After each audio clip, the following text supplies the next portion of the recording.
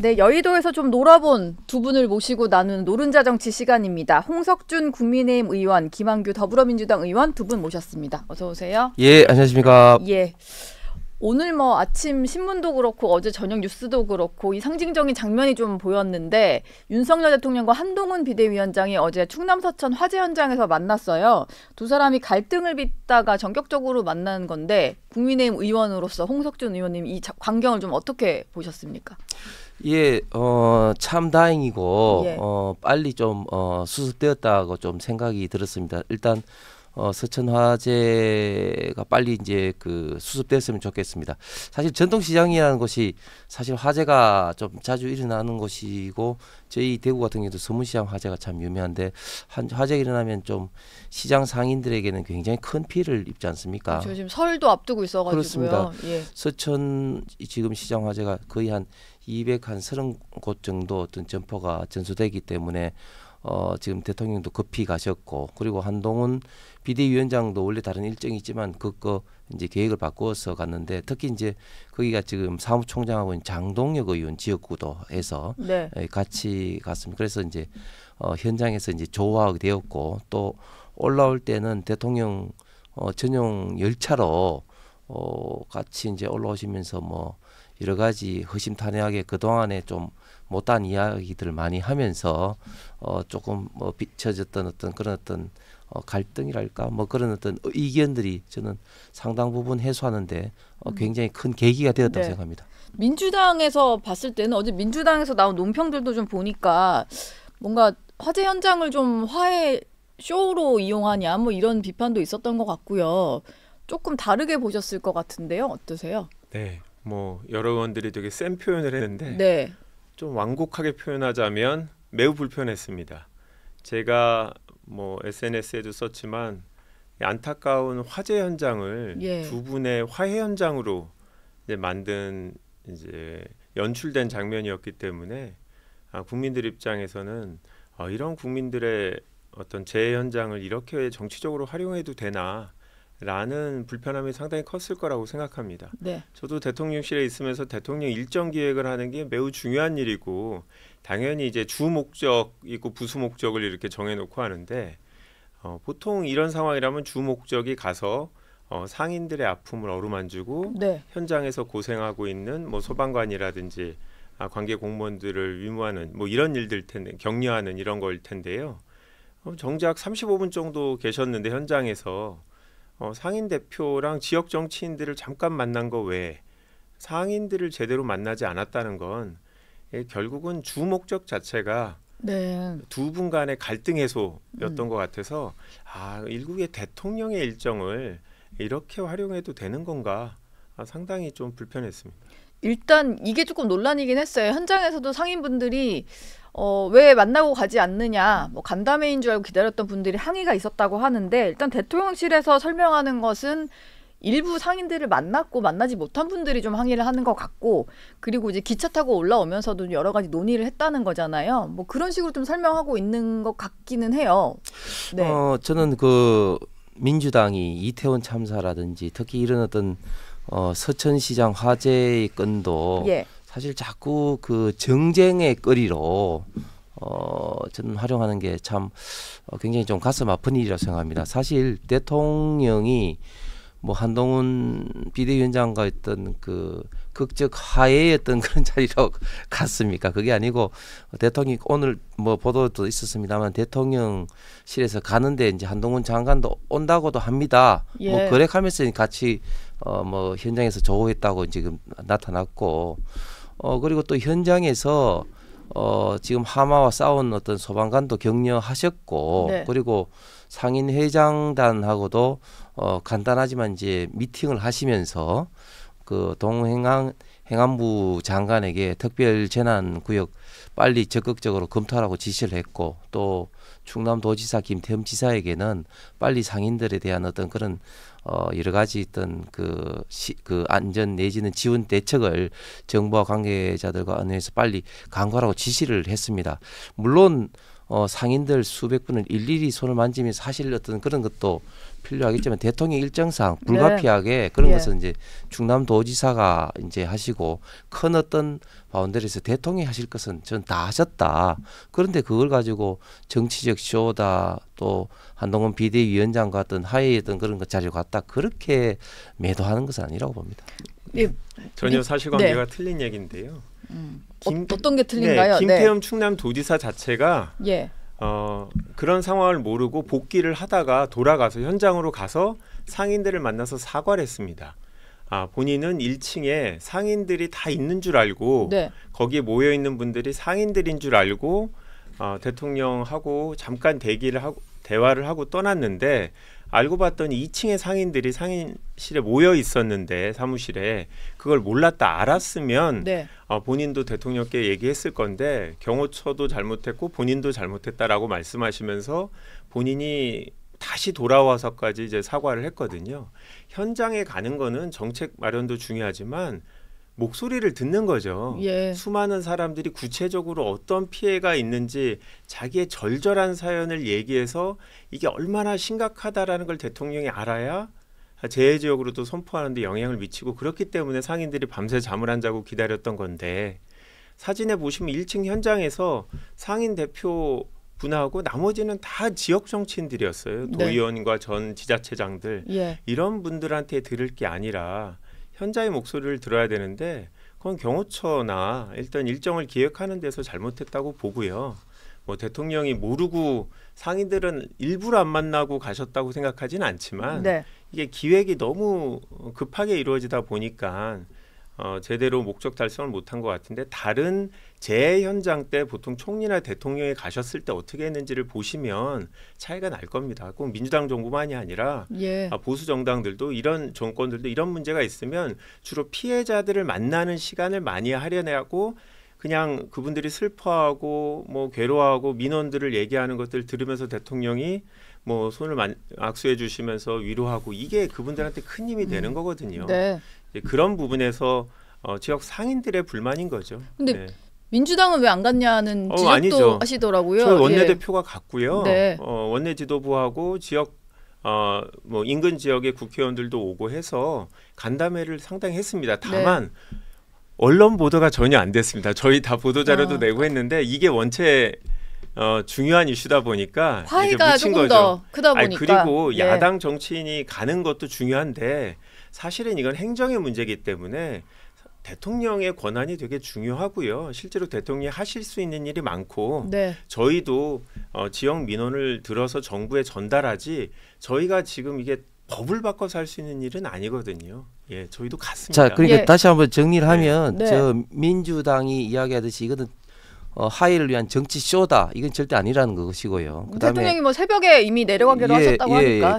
그리고 또 상인들을 만나지 않았다. 이것도 거짓입니다. 상인 대표단하고 짧지만 그 김태흠 지사나 행안부 장관과 다른 어떤 시도인이 있을 자리에서 같이 이제 이야기를 하셨고요. 그다음에 일부 기다리고 계신 상인들을 못 만난 건 사실입니다. 그렇기 때문에 이 상인들을 안 만났다. 이것도 사실이 아닌 것이죠. 저희 안 만났다고 한 적은 없고요. 1층에서 5분 정도 만났다고 언론 보도가 나왔습니다. 서서. 뭐 약간의 부족함이 있더라도 정책 지원, 뭐 특별재난구역 선포 이런 것들을 좀 검토한다고 하니까 어쨌든 설 대목 앞두고 좀 큰 피해 입으신 상인분들에게 좀 제대로 된 지원이 있었으면 좋겠고요. 어쨌든 이게 화재 현장이었지만 두 사람의 갈등이 봉합되는 장소이기도 했어요. 물론 이 목적 때문에 간 것만은 아니겠지만 특별열차를 같이 타고 올라오는 것도 예정이 없던 일인데 갑자기 진행이 되면서 어쨌든 좀 2, 3일 만에 빨리 갈등이 풀린 건 사실이잖아요. 이렇게 빠르게 좀 봉합이 된 배경은 어디에 있다고 보세요? 일단 그 뭐 두 분 간의 그 인간적인 신뢰 관계가 하루 이틀 쌓여진 것이 아니고 문재인 정부 때 뭐 채널A 뭐 사건부터 해서 어떻게 보면 사선을 넘은 어떤 동지지 그런 어떤 깊은 관계가 좀 깔려 있는 것이고 특히 이제 총선을 앞두고 이런 어떤 뭐 사소한 문제로 의해서 그 하여서는 뭐 총선을 망쳐서는 이제 그 두 분 다 어떻게 보면 큰 타격을 입은 어떤 그런 어떤 그 현재 어떤 상황적인 그런 것도 있고요. 그다음에 이번에 이제 확실한 것은 그동안 민주당이 주장했던 한동훈 비대위원장은 윤석열 아바타다. 이렇게 또 깨진 것은 저는 전화위복의 좀 계기도 된다고 생각합니다. 민주당 입장에서는 당연히 윤석열 아바타처럼 행동을 할 걸로 보였는데 좀 의외의 두 사람의 뭐 갈등이 표출이 되면서 어떻게 해석해야 되나 이런 생각하셨을 것 같긴 합니다. 네, 앞으로가 어떻게 되는지가 중요하죠. 예. 아바타라는 오명을 벗어나려면 김건희 여사 문제에 대해서 본인이 갖고 있는 소신을 명확하게 이제 실현을 해내고 한동훈 비대위원장이 대통령실의 부정적인 의견에도 불구하고 김경률 비대위원 이분을 뭐 내친다든지 네. 그런 조치를 취하지 않고 여론은 여전히 명품 가방 사건에 대해서 진상 규명을 하고 사과가 필요하다고 하는데 국민적 상식 측면에서 좀 부족함이 있다라고 한동훈 장관이 얘기했는데 그 얘기를 이젠 더 이상 안 할 건지 네. 앞으로 어떤 조치를 취할 건지가 중요한 거죠. 뭐 이틀 동안 두 분 간에 잠깐 뭐 티격태격 하다가 90도 인사하면서 다시 만난 건데 글쎄요. 이걸로 봉합이 되고 한동훈 비대위원장이 완전 독자적으로 자기의 길을 갈 수 있다? 그렇게 보이지는 않은 것 같습니다. 앞으로가 중요하죠. 예.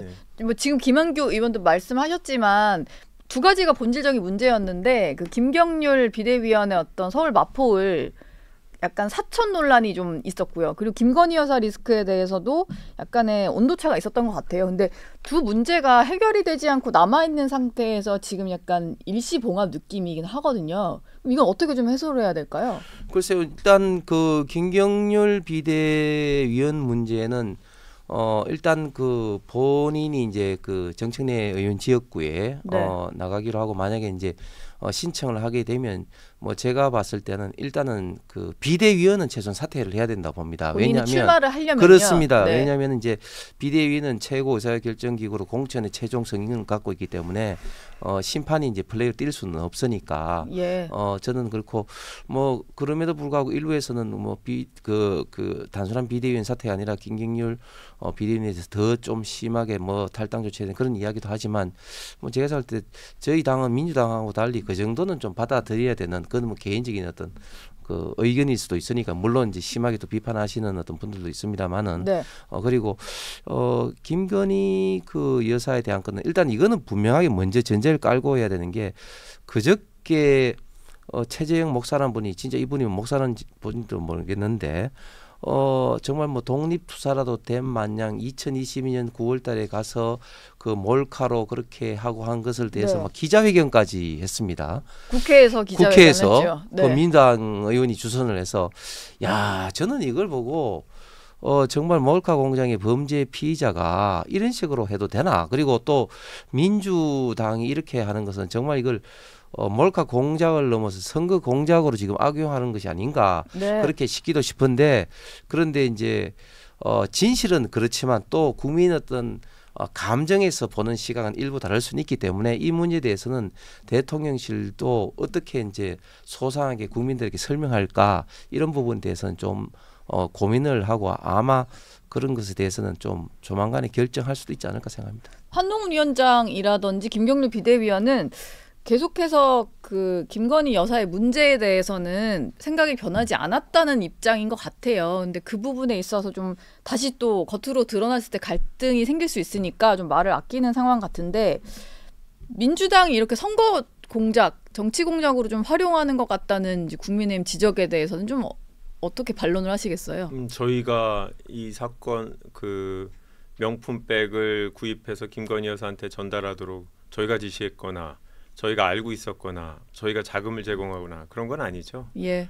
명확하게 드러난 사건에 대해서 어떤 몰카라는 부분만 계속 강조하고 본질을 감추려는 본질을 드러내지 않는 이런 국민의힘의 태도, 대통령실의 태도에 대해서 저희는 지적을 하는 거고 현장에 있었던 분이 그런 부분을 명확하게 밝히고 국민들한테 평가를 받을 수 있도록 하는 거지. 네. 뭐 이런 것들까지 다 공작이라고 하면 뭐 국민의힘도 어떤 무슨 제보를 하는 사람들을 국회에 데리고 와서 기자회견을 주선한 적도 많거든요. 네. 그래서 뭐 이것까지 저희 당을 상해서 공격할 일은 아니고요. 다만 저희가 이 건을 갖고 그대로 계속 뭐 정치적 공세만 하면서 다른 일을 안 할 건 아닌데 최소한 한 번 정도는 명확하게 짚고 가야 된다. 예를 들어서 어제 국회 운영위를 저희가 열자고 얘기를 했고 네. 소집이 됐는데 국민의힘은 아무도 출석하지 않으셨는데 간사를 제외하고는 여기서 한번 다루고 대통령실에 사과를 한다든지 뭔가 일단락되는 조치가 있어야 되는데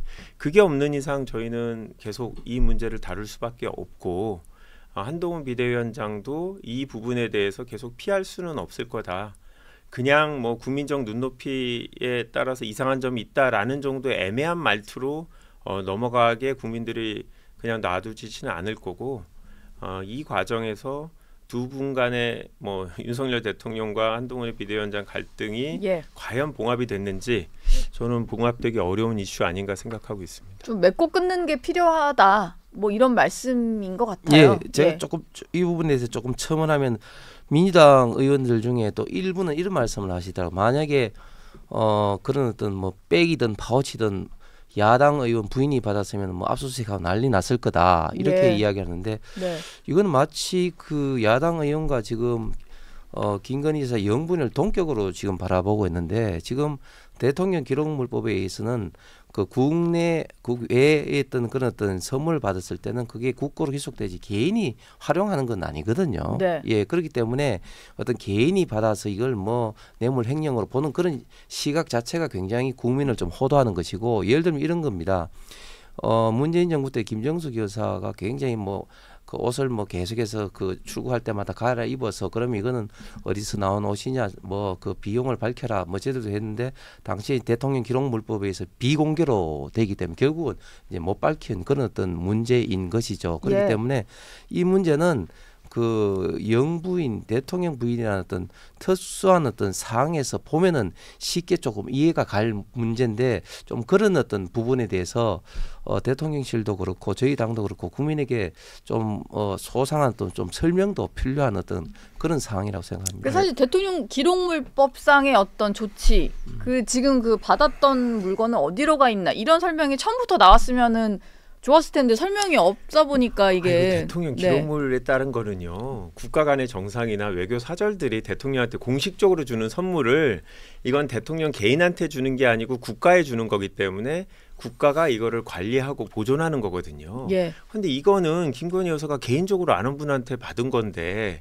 이거 그리고 이런 걸 뭘 갖다 주냐라고 하는 거는 이건 개인이 받는 사람 입장에서 부담스러워서 내지는 뭐 인사치레로 하신 얘기잖아요. 네. 이걸 무슨 국가 원수 간에 국가 간에 받은 선물하고 동일하게 취급하는 건 말이 안 되고 그렇다고 하면 그날 바로 그걸 대통령 기록물법에 따라서 처리했는지 공적인 문서가 어떻게 돼 있는지 보여주시면 돼요. 그리고 앞으로 이런 것까지 대통령 기록물로 선물로 관리할 건지 저는 전혀 사안이 다른 얘기를 갖다 법률적으로 다른 부분을 얘기하고 있다고 생각하고요. 네. 그리고 이런 것들은 그냥 거절하면 되는 일이에요. 국가 간에는 예의 때문에 거절을 못하기 하고 혹시 대통령 개인의 어떤 이익으로 되지 않기 위해서 하는 건데 이거는 그냥 현장에서 안 받으면 될 일이었잖아요. 국가적인 문제도 아닌데 왜 네. 전혀 다른 이슈를 법률적으로 국민들이 잘 모른다고 해서 대통령 기록물이라고 하는지 이거 공개적으로 국정조사나 이런 걸 통해서 검토를 했으면 좋겠습니다. 짧게 한마디만 부탁하겠습니다. 예. 예, 김정숙 여사 옷값도 당시에 대통령 기록물법 이런 이유로 비공개를 했었고요. 그때도 뭐 국민들이 예. 아니 그 이해를 옷값을 못하니까. 뭐 어디 예. 개인적인 누구로부터 받았습니까? 아니 그러니까 공개를 못한 대상을 예. 근거가 이제 그렇다는 거죠. 네. 그다음에